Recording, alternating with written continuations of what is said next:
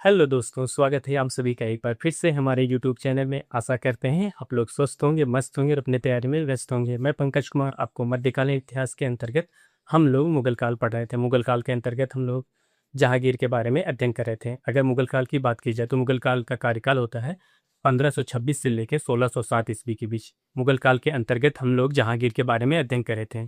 जहांगीर के कार्यकाल की बात की जाए तो इनका कार्यकाल होता है 1605 से लेकर 1627 ईस्वी के बीच। जहांगीर के बारे में जहांगीर से संबंधित काफ़ी महत्वपूर्ण जो बिंदु होते हैं आपको लिखा दिए गए। उसी महत्वपूर्ण बिंदुओं के क्रम को आगे बढ़ाते हुए उसमें कुछ महत्वपूर्ण बिंदु अभी छूटे हुए हैं। जैसे आज की कक्षा में हम लोग बात करेंगे कि जो उनकी चित्रकला होती है, आखिर उनकी चित्रकला की क्या विशेषताएं होती हैं, कौन कौन से चित्रकार होते हैं, क्या इससे संबंधित आपके एग्जाम में क्वेश्चन आए हैं या आने की संभावना रहती है। ऐसे तमाम बिंदुओं के बारे में आज की कक्षा में हम लोग बात करेंगे। आज की कक्षा प्रारंभ करने से पहले एक बार कल की कक्षा को रिवीजन कर लेते हैं। रिवीजन करने से आपको ये फ़ायदा ये रहता है कि जो भी बिंदु आप भूले रहते हैं या बिसरे रहते हैं, याद नहीं होता है, तो जब आपको किसी के माध्यम से उस बात को रखा जाता है या समझाया जाता है तो वह बिंदु आपको आसानी से समझ में आ जाता है। इसी वजह से जो बिंदु कल आप भूल गए होंगे या याद नहीं हो रहा होगा, तो आज पुनः पढ़ाने से जब वह बिंदु को आपको किसी के माध्यम से समझाया जाता है तो वह आसानी से समझ आ जाएगा। इसी वजह से आपकी कक्षाओं को रिवीजन कराया जाता है ताकि आप उसको ध्यान से आसानी से समझ सकें और याद रखें। और रिवीजन करने का दूसरा पर्पज़ ये होता है, जो आज की कक्षाएं रहती है और जो कल की कक्षाएं होती हैं ये एक दूसरे से लिंक करके रहती है, जिससे आप एक बार उसको रिवीजन होता है तो आपकी कक्षा में उपस्थित होने की निरंतरता बनी रहती है, ताकि इसको आप आज वाली कक्षा को आसानी से समझ सकें। कल की कक्षा में हम लोग बात किए थे जो जहांगीर होते हैं उनके धार्मिक नीतियों के बारे में, कि धार्मिक उनकी नीतियाँ कैसे होती हैं। धार्मिक नीतियों से एक चीज़ का पता चलता है कि जो राजा होते हैं या जो सम्राट होते हैं उनकी मानसिकता कैसी होती है। उन्होंने अपनी प्रजा के हित में या प्रजा के साथ सभी के साथ भेदभाव तो नहीं होता है या सभी के साथ समान व्यवहार रखते हैं, या धार्मिक भी होता है, कह सकते हैं धार्मिक विचार होते हैं, या उनकी धार्मिक नीतियाँ जो होती हैं उनके साबित करते हैं कि वो अपने प्रजा के साथ है सहानुभूति व्यवहार रखते थे या कैसे रखते थे। धार्मिक चीज़ों से उनको पता चलती है कि उस समय हमारे कैसे कल्चर होते थे, कौन से कल्चर होते थे, किस तरह उनको मनाया जाता था, उससे क्या फ़ायदे होते थे, उन कल्चरों में किसकी पूजा की जाती थी। ऐसे तमाम बिंदुओं के बारे में हम लोग बात करते हैं। धार्मिक नीतियों के बारे में कल की कक्षा में बताया गया था। जो जहांगीर होते हैं, जहांगीर अपने पिता के समान सभी जो हिंदू धर्म के त्यौहार होते हैं सभी में बढ़ चढ़ के भाग लेते हैं। चाहे हिंदू धर्म से संबंधित जो भी त्यौहार होते हैं उनमें बढ़ चढ़ के भाग लेते हैं। इसी के साथ साथ कहीं पे दिखता है कि वे हिंदू धर्म से उनका कहीं ना कहीं कुछ नाता सही नहीं था, या कह सकते हैं उनमें कुछ द्वेष भरे थे, या कह सकते हैं विद्रोह की भावनाएं थी। जैसे उन्होंने अजमेर का जो मंदिर होता है वराह मंदिर पर जो मूर्ति होती है उसको तोड़वा कर तालाब में पिकवा देते हैं। यहाँ पे दिखता है कि वे हिंदू धर्म से उनका नफरत थी, या कह सकते हिंदू धर्म से कहीं ना कहीं उनको अलगाव था। इसी के साथ हम लोग आगे बात किए थे, जो होते हैं सूफी संत होते हैं शेख मोहम्मद सरहिंदी। कौन होते हैं? शेख अहमद सरहिंदी को उन्होंने सजा या कह सकते दंडित करते हैं। दंडित देने का कारण था कि वे किसी कारण से उनको साम्राज्य में कह सकते दरबार में उपस्थित होने के लिए बुलाते हैं, लेकिन वे कारणवश उनको इनकार कर देते हैं, जिससे सम्राट को लगता है कि वे हमारी बातों को इग्नोर कर रहे हैं या कह सकते बातों को मान नहीं रहे। ये इनके अंदर एक विद्रोह की भावना है। इसी कारण जो जहांगीर होते हैं उन्होंने सरहिंदी को दंडित करते हैं।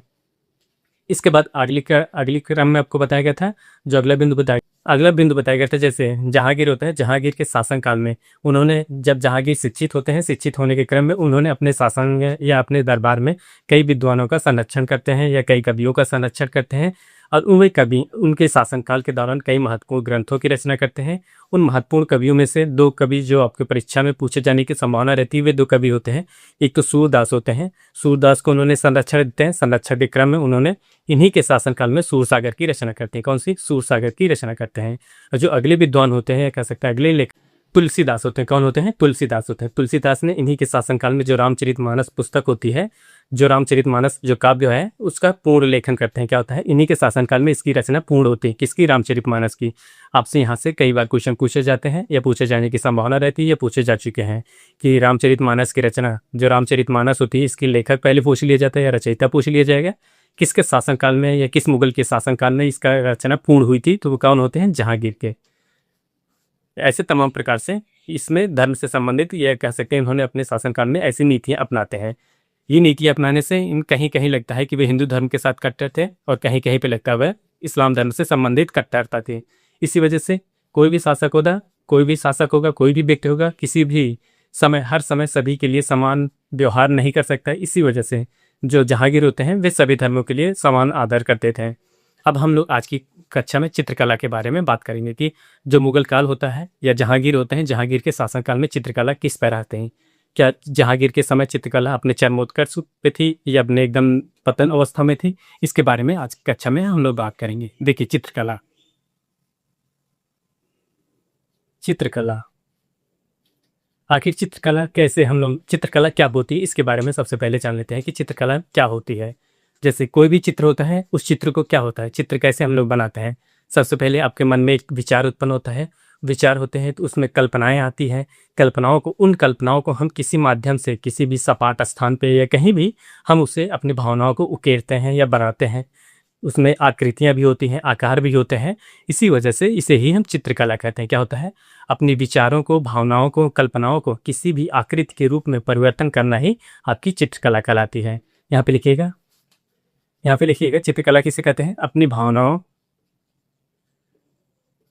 अपनी भावनाओं, विचारों व कल्पनाओं को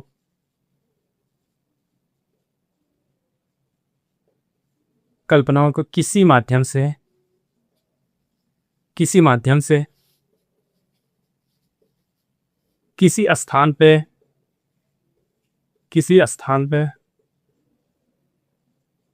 या कहीं उसको उकेरना ही चित्रकला कहलाती है।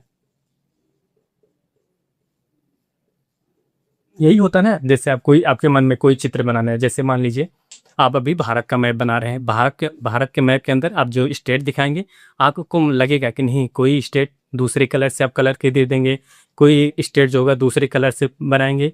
अब आपको लगेगा कि नहीं, इसी हम चित्र को या कह सकते हैं इसी मानचित्र को हम थोड़ा और भिन्न तरीके से बना सकते हैं, या जैसे उसमें कुछ और कलाकारी बना सकते हैं। उसी चित्र के अंतर्गत आप वन्य जीवों को दिखा सकते हैं या वहाँ के खनिज संसाधन को दिखा सकते हैं। ऐसे तमाम तरीके के जो आपके अंदर या कह सकते हैं आपके दिमाग के अंदर जो क्रिएटिविटी आएगी, वही आप उसको उस मैप में उकेरने का प्रयास करेंगे। यही आपके उकेरने की क्रिया ही आपको क्या कहलाती है, चित्रकला कहलाती है। क्या होती है, यही आपकी जो उकेरने की क्रिया होती है चित्रकला कहलाती है। अब हम लोग चित्रकला के बारे में तो जान लिए, आप जानते हैं कि जो जहांगीर होते हैं इनके शासनकाल में चित्रकला कैसी थी। देखिए, सबसे पहले बात करते हैं, जो जहांगीर होते हैं इनके समय में चित्रकला अपने चरमोत्कर्ष पे थी। क्या थी, चरमोत्कर्ष पे थी, चरमोत्कर्ष पर थी। क्या थी, जहांगीर जो होते हैं इनके शासनकाल में इनकी चित्रकला होती है, इनके चित्रकला जो होती है चरमोत्कर्ष पे थी। अब यहाँ से क्वेश्चन उत्पन्न होता है कि चरमोत्कर्ष पे थी तो इनके शासनकाल में कैसे चित्रकला बनाई जाती थी। आखिर वे कौन कौन से थे, क्या वे प्राकृतिक चित्रकारी थे या मानव निर्मित जो प्राकृतिक थे, या केवल उनको मुगल काल में ही संरक्षण मिलता था, या मुगल दरबार के लिए बनाया जाता है, या आम लोगों के लिए भी उनके शासनकाल में चित्रकारी की जाती थी। ऐसे तमाम बिंदुओं के बारे में हम लोग अगले बिंदु में देखते हैं कि आखिर जो जहांगीर होते हैं इनके शासनकाल में किस प्रकार का जो कला होती है या चित्रकारी होती है उनको संरक्षण दिया जाता है। कौन कौन से चित्रकार होते हैं, महत्वपूर्ण जो चित्रकार होते हैं, उनके जिनसे आपसे संबंधित क्वेश्चन पूछे जाने की संभावना होती है, उन्हीं चित्रकारों के बारे में आपको बताया जाएगा, ताकि आपका कम से कम समय लगे और उसको आप आसानी से भी याद कर सकें। ये नहीं कि आपको 50 चित्रकार का नाम लिखा दिया जाए जिससे आपसे कोई लेना देना नहीं हो। इसी वजह से जो चित्रकार महत्वपूर्ण होंगे या परीक्षा में पूछे गए होंगे, उन्हीं चित्रकारों के बारे में आपको लिखाया जाएगा। देखिए, अगला बिंदु में हम बात करेंगे जो मुगल चित्रकला होती है, विशेषता क्या होता है। जो मुगल चित्रकला विशेषता शाही दरबार से संबंधित होती थी, और इसी के साथ साथ प्राकृतिक से संबंध है। क्या होता, प्राकृतिक जीवन से संबंध होता था। किससे, यहाँ पे देखिए लिखिएगा, मुगल चित्रकला। अगला बिंदु लिखिएगा, मुगल चित्रकला, मुगल काल की चित्रकला, मुगल काल की चित्रकला मुख्यतः राज दरबार व प्राकृतिक जीवन, क्या होता है, प्राकृतिक जीवन से संबंधित थी।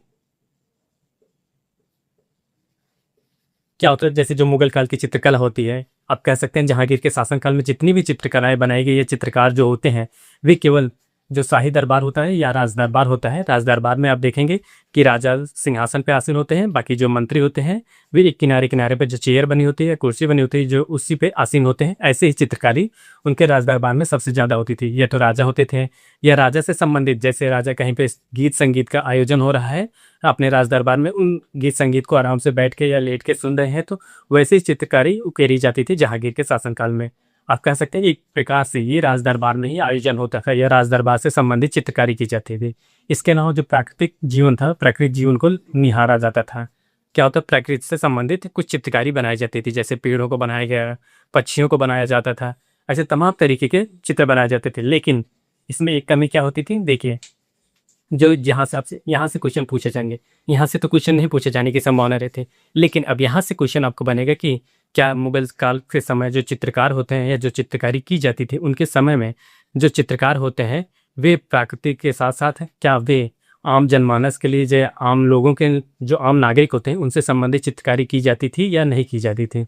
इसका सही उत्तर होता है मुगल काल के जितने भी चित्रकार होते हैं वे आम लोगों की जो जीवन शैली होती उससे संबंधित कोई भी चित्रकारी नहीं की जाती थी। जो आम लोगों की चित्रकार देखिए,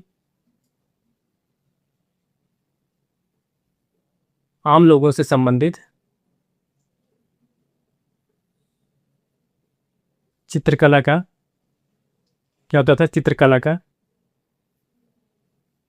सरोकार नहीं था, सरोकार नहीं था। आम लोगों का तात्पर्य क्या होता है, आम लोगों का तात्पर्य होता है कि जैसे जब भी कोई भी साम्राज्य होगा या कह सकते हैं कोई भी शासन होगा या राजा होंगे, उनके जाहिर सी बात है प्रजा भी होगी, उनके दरबारी भी होते हैं और राजा स्वयं होते हैं, उनके कुछ और सगे संबंधी भी होते हैं। जो चित्रकार होते हैं, मुगल शासनकाल के चित्रकार होते थे, उनका क्या कार्य होता था, वे कहाँ की केवल सा चित्रकारी करते हैं, जो राज दरबार में उपस्थित होते हैं वहाँ की चित्रकारी करते थे।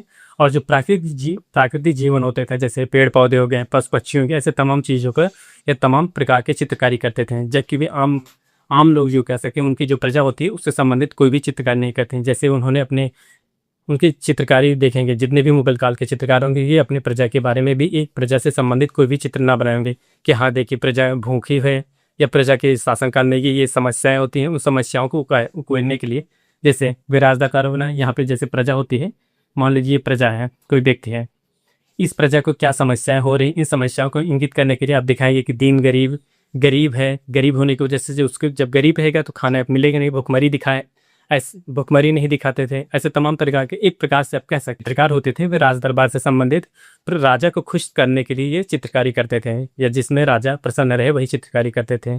अब राजा को अपनी प्रशंसा कराने में प्रसन्नता थी, इसी वजह से जो भी चित्रकार होते थे वे राजा से संबंधित, इसी वजह से राज दरबार का चित्र ज़्यादा उस समय मुगल काल के समय ज़्यादा चित्रकारी की जाती थी।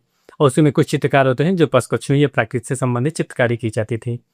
यहाँ पे देखिए, आपसे यहाँ सीधा क्वेश्चन पूछा जाएगा, क्या मुगल काल से संबंधित जो चित्रकार होते थे वे आम जनमानस या आम लोगों के लिए चित्रकारी करते थे या नहीं करते थे, आम लोगों से संबंधित चित्रकारी की गई है या नहीं की गई है। तो इससे सही उत्तर निकल के आएगा। तो जहाँ या मुगल काल से संबंधित ऐसे कोई भी चित्रकार नहीं होते जो आम जनमानस या आम लोगों के लिए चित्रकारी की जाती, आम लोगों से संबंधित चित्रकारों का सरोकार नहीं था। जबकि इनके किससे संबंध था, राज दरबार से और प्राकृतिक जीवन से संबंधित था ये होता। और उसी के बाद आपको बताया गया था अभी जो जहांगीर होते हैं, यहाँ पे लिखिएगा रविंद्र, जहांगीर के शासनकाल में चित्रकला क्या होती थी, चित्रकला उन्नत रूप में थी। क्या थी, जो जहांगीर होता है, जहांगीर के शासनकाल में चित्रकला किस पे थी, काफ़ी अपने चरमोत्कर्ष पे थी, कह सकते हैं उन्नत अवस्था में। इनके शासनकाल में जो चित्रकला होती काफ़ी अपने चरमोत्कर्ष पे थी, उन्होंने बहुत अच्छी खासी चित्रकारी या चित्रकार इन इनके शासनकाल में उपस्थित थे। उन चित्रकारों में से हम बात करते हैं, उस्ताद मंसूर थे। क्या थे, उस्ताद मंसूर थे। इन्होंने प्राकृतिक से संबंधित यानी कह सकते हैं प्राकृतिक जीवन से संबंधित कुछ चित्रकारी करते हैं। उस चित्रकारी में इन्होंने साइबेरियन का जो सारस होता है, साइबेरियन का सारस, इसी के साथ साथ बाज, क्या होता है, साइबेरियन का सारस और बाज, ऐसे दो चित्रकारी इनके लिए इन्हें बहुत प्रसिद्ध इनके चित्रकला होती थी। क्या होती थी, साइबेरियन का सारस होता था और बाज होता था जो उस्ताद मंसूर थे। इनकी ये दो प्रमुख चित्रकला होती थी। और इसी प्रमुख चित्रकारी की वजह से ये जो राजा होते हैं या जहांगीर होते हैं इससे काफ़ी प्रभावित होते हैं। इनको नादिल उल असर की उपाधि देते हैं। कौन सी? नादिल उल असर की उपाधि देती हैं, जो होता है अपने समय का सर्वश्रेष्ठ चित्रकारी। देखते हैं अगले बिंदु में, देखते हैं हम लोग। उन्हें अब बात करेंगे कि जो जहांगीर होते हैं, जहांगीर के शासनकाल में कौन कौन से चित्रकार होते हैं, उन्होंने अपनी चित्रकारी से क्या क्या प्रभावित करते हैं। चित्रकारों के बारे में जानने से पहले हम लोग एक बात जान लेते हैं कि जो जहांगीर होते हैं उनकी कौन सी कृति होती है, उन्होंने क्या अपने शासनकाल में या अपने जीवन के शासनकाल में कुछ रचनाएं की हैं या नहीं की हैं। देखिए, जो जहांगीर होते हैं उनकी एक रचना होती है, जहांगीर की रचना यहाँ पे लिखी गई कृति। कृति में लिख तुझके जहांगीरी, तुझके जहांगीरी, जहांगीरी। ये जहांगीर की रचना है, किस भाषा में लिखी गई थी ये भी याद रखिएगा, फारसी भाषा में। कौन सी भाषा? फारसी भाषा। ये याद रखिएगा। अगर आपसे कभी भी पूछ ले, क्वेश्चन पूछ ले कि जहांगीर ने अपने शासनकाल में क्या किसी पुस्तक की रचना करते हैं या नहीं करते हैं, अगर वे पुस्तक की रचना करते हैं तो कौन सी पुस्तक होती है, तो इसका सही उत्तर होता है तुझके जहांगीरी। उन्होंने पुस्तक लिखते हैं। अब दूसरा क्वेश्चन आपसे यहाँ ही से बन सकता है कि जो तुझके जहांगीरी पुस्तक होती है किस भाषा में लिखी गई। आपके सामने 4 ऑप्शन दे दिए गए, अरबी, फारसी, उर्दू या देवनागरी या हिंदी दे दी है। इसका जो सही उत्तर होता है तुझके जहांगीरी जो पुस्तक होती है फारसी भाषा में लिखी होती है। किस भाषा में? फारसी भाषा में लिखा होता है, ये याद रखिएगा। अब हम लोग कौन कौन से चित्रकार होते हैं इनके बारे में जान। देखिए, अगले बिंदु में हम लोग बात करेंगे इनके शासनकाल में जो चित्रकार थे, जो चित्रकार करते थे या चित्रकारी करते थे, सबसे महत्वपूर्ण चित्रकार थे, सबसे महत्वपूर्ण चित्रकार थे उस्ताद मंसूर। कौन थे? उस्ताद मंसूर। उस्ताद मंसूर ये सबसे महत्वपूर्ण चित्रकार थे। इनकी चित्रकारी थी ये प्रकृति से संबंधित चित्रकारी किए जाते हैं थे। क्या थे? प्रकृति से संबंधित ये चित्रकारी करते थे। आपको बताया गया जो मुगल काल होता है, मुगल काल में 2 ही तरीके के चित्रकारी होती थी। एक तो दरबारी चित्रकारी की जाती थी या दरबार में उपस्थित जो थे, और दूसरे प्राकृतिक चित्रकारी की जाती थी या प्रकृति से संबंधित जो भी चित्रकारी की जाती थी। इसमें अगर उस्ताद मंसूर की बात की जाए तो ये प्राकृतिक चित्रकार थे। क्या थे? प्राकृतिक चित्रकार। अगर जब प्राकृतिक चित्रकार थे, इन्होंने कौन से प्राकृतिक ऐसे चित्रकारी करते हैं जिससे इनसे जो राजा होते हैं या जहांगीर होते हैं काफ़ी प्रभावित होते हैं। इन्होंने साइबेरिया की, देखिए ये क्या करते हैं,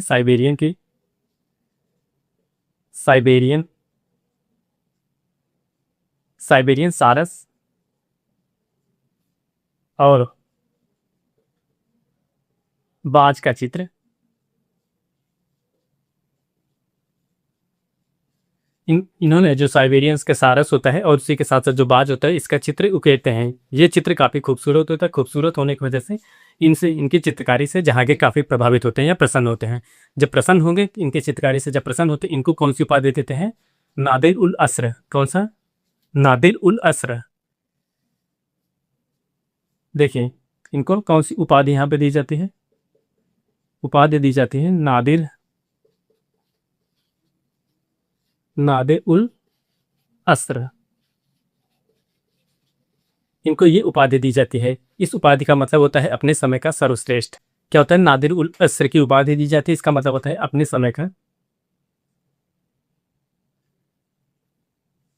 अपने समय का सर्वश्रेष्ठ।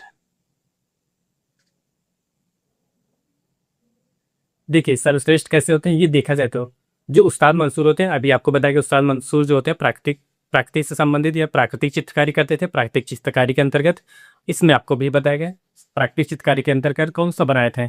जो साइबेरियन का सारस होता है और बाज होता है, ये 2 चित्र इनकी काफ़ी महत्वपूर्ण होती है, जो जिससे जहांगीर काफ़ी प्रभावित होने या प्रसन्न होते हैं। प्रसन्न होने की वजह से इनको ये उपाधि देते हैं। कौन सी उपाधि? नादिर उल असर उपाधि देते हैं। नादिर उल असर का मतलब होता है अपने समय का सर्वश्रेष्ठ। जहांगीर के समय जब तक ये चित्रकारी करते थे, तब तक इनके शासनकाल में इनके टक्कर में या कह सकते हैं इनके जोन में कोई भी प्राकृतिक चित्रकार नहीं होता था। ये प्राकृतिक चित्रकार नहीं थे। इसी वजह से इनको ये उपाधि, जो जहांगीर होते हैं, ये उपाधि देते हैं। अब हम बात करते हैं दूसरे जो चित्रकार होते हैं। दूसरे चित्रकार कौन से होते हैं? अगर दूसरे चित्रकार की बात की जाए तो वो होते हैं, दूसरे चित्रकार होते हैं अबुल हसन। कौन होते हैं? दूसरे चित्रकार होते हैं अबुल हसन। अबुल हसन। दूसरे चित्रकार कौन होते हैं? दूसरे चित्रकार होते हैं अबुल हसन होते हैं। इनको उपाधि दी जाती है नादिर उज्जमा। कौन सी? नादिर उज्जमा। उज्जमा, ये इनको उपाधि दी जाती है। दूसरे चित्रकार कौन होता है? अबुल हसन कौन होते हैं? दूसरे चित्रकार अबुल हसन होते हैं। इनको बाद देते हैं नादिर उज जमा। कौन सा होता है? नादिर उज जमा। इनका मतलब होता है, इसका मतलब होता है अपने समय का अद्भुत। क्या होता है? अपने समय का अद्भुत।